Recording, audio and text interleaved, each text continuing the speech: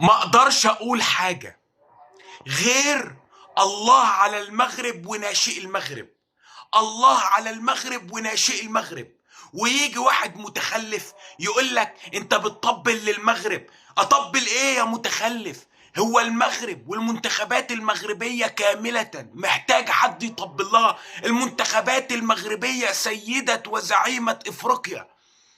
المنتخبات المغربية هي الأول عربيا وإفريقيا. مش بس كده، المنتخبات المغربية هي اللي بتشرفنا كعرب وكإفريقيا أمام كبار منتخبات العالم.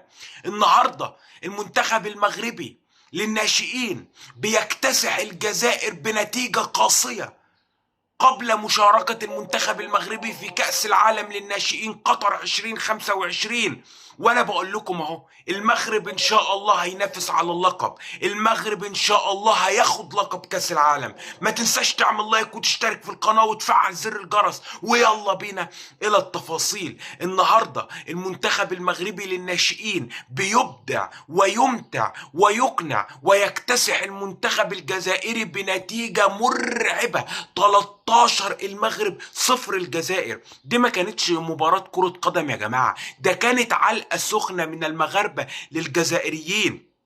ويطلع الاعلام الجزائري يقول لك احنا ننافس المغرب. انتوا مين؟ انتوا هتفضلوا تتكلموا ومش هتقدروا توصلوا لربع ربع ربع ربع ربع مستوى اي منتخب للمغرب. ناشئين، شباب، اولمبي، منتخب اول. مليون مبروك للشعب المغربي العظيم، الفوز الكاسح النهارده على الجزائريين. وان شاء الله كأس العالم ينادي المغرب، رغم ان احنا في مجموعة صعبة مع البرتغال واليابان، لكننا لا نخشى أحد، لا نخشى أحد.